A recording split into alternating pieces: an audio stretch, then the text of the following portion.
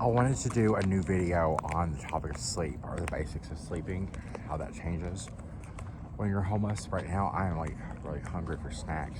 After I eat the snacks, I probably get a little tired, but I'm gonna split this up into like two different categories or sections in the video. The first part is material I recorded back like 394 when I was at the 48th Vet Shelter. And then I want to show you something maybe you didn't realize. So I did do a video on what does a homeless man eat. Now we're gonna talk about something else. Well, hey guys, I just did a post on my hat. It says Mountain Trash on it, and you should totally look into that post. We didn't even talk about this hat. We're gonna talk about who does a homeless man sleep with. It's a controversial subject, but it's a good video. Promise, I'll make it good. So, on the other side of this wall is like 250 men. Staking men, most of them. But there's some women in there. They don't smell too bad, I don't think. And we all sleeping individually in beds. We got children. We sleeping. Some of them are snoring. Some of them are snoring loud. Which makes it hard for me to sleep. Because I don't sleep like with my stinking brother anymore. He don't sleep too bad. Not anymore. Maybe not. Hope not. But I'm sleeping with like 250 men in the same room. Sure am. Basically. And then I got thinking about, well, if I can't sleep, I should do a video about it. So who else have I slept with while homeless? Here's the answer to that. Nobody I didn't want to sleep with. It's true. Before I went homeless, I actually slept with women. Sure did. Guess who they were? My granny and my mother. It's true. Other people I've slept with. Anybody I wanted to. Nobody didn't. There's been 3 times I slept, I think 3, that I didn't have indoors to sleep in. One of those times I was in a slide, or a playground that had a lot of slides in it, basically outside. And then 2 times I think I walked until the sun came up. One of them times, well, 3, 4, probably, maybe 5 times, because when I got kidnapped, I slept part of the night in the guest office lounge of a Comfort Inn in South Point, Ohio, and they kicked me out. They're like, you ain't got a room in here, you gotta go. I was like, this 40 minutes cold. They're like, we don't care. So that happened. But overall, by and large, I only sleep with people I want to. I never lower my standards on anything. So if you ever find yourself like that, like I have had been for 394 nights, you just do what Nate does. You don't sleep with anybody you don't want to. And here's the thing. Everybody I wanted to sleep with, I have. Sure have. I can say the main people that I would sleep with now was only like one. He's almost dead. And that's kind of a good rule of thumb. It just seems like it works better that way. And the last person I slept with had a home, knew I was homeless before we slept together. He didn't care, because he loves me for who I am on the inside, and who I am on the outside too. Believe it or not, he did. And he bought me a pack of cigarettes. That's such a nice thing to do. When you ain't got nothing, sometimes a smoke will get you through. But that's all I want to say in this video. 3 minutes, 30 seconds long about. So I think I made my point. There you go. Now we're entering part 2 of this video. Part 2 of this video shows you, this is the picture of me in my bed right before my dad made me homeless in 2016, and me going to sleep has never been the same since. The next picture was a picture of me, a picture of my apartment that I lost in 2022.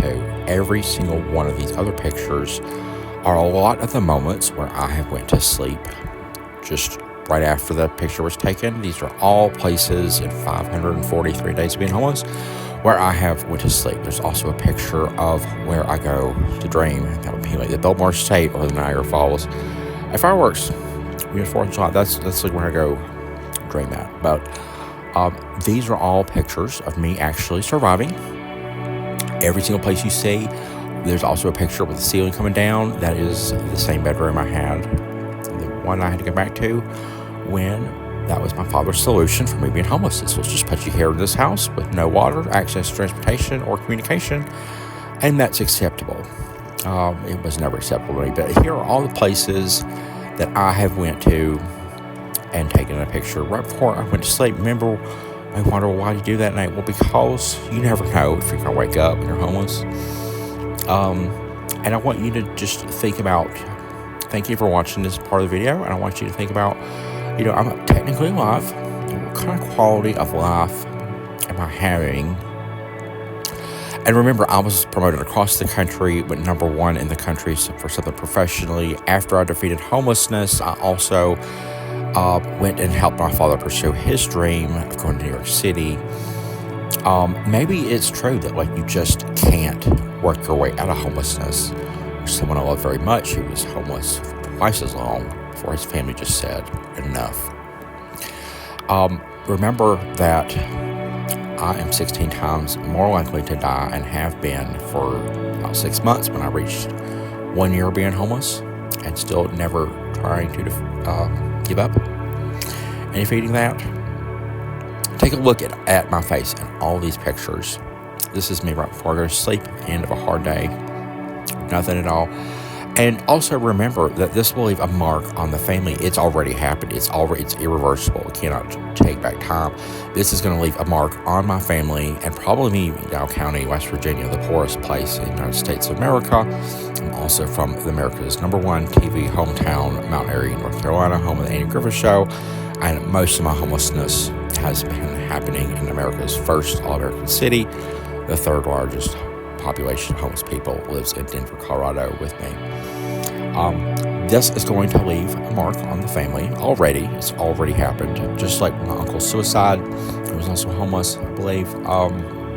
This will be what my family is remembered for at least 100 years, probably longer. I would say this video alone will stay on YouTube beyond any of my nuclear family's life expectancies.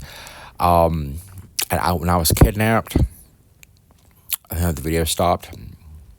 When I was kidnapped, it took me crossing this country without a phone at all, so I could retain my phone number in case my family ever was to want to call me. That was easier than breaking back into my accounts for me to do it myself, because when I was kidnapped, my phone was stolen. I just changed the password and I stored it in basically just know that I do not believe, if I'm not alive to take this video down, I have high degree of confidence this video will stay up, whether anyone wants it to or not. So, be aware of that. And yeah, it's true. That picture you're looking at is the one worth $166,000. Before I interned, I invested in an education at Elon University. Did I really want to go there? Well, remember, I've always been getting over my mother's decision to get divorced. It's 1997. This is just a period in my life from 2004 to 2022 when I arrived back at Elon University, homeless for the second time in my third week, destitute, needing first aid and just common sense solutions. Someone there was providing that, and then the university administration just stepped in to kick me off campus and took me back to the train station, knowing I was homeless, not caring, because they said my father went to January 6th, and that was their only reason. I guess they thought that would have no repercussions, and I believe this is just going to be one of the videos that they will be accepting what they cannot change. Oh, I almost forgot. I was getting tired. My mother showed up late to college graduation on purpose, because she used to say be the best, but she hadn't been the best in a long time. She's just something else.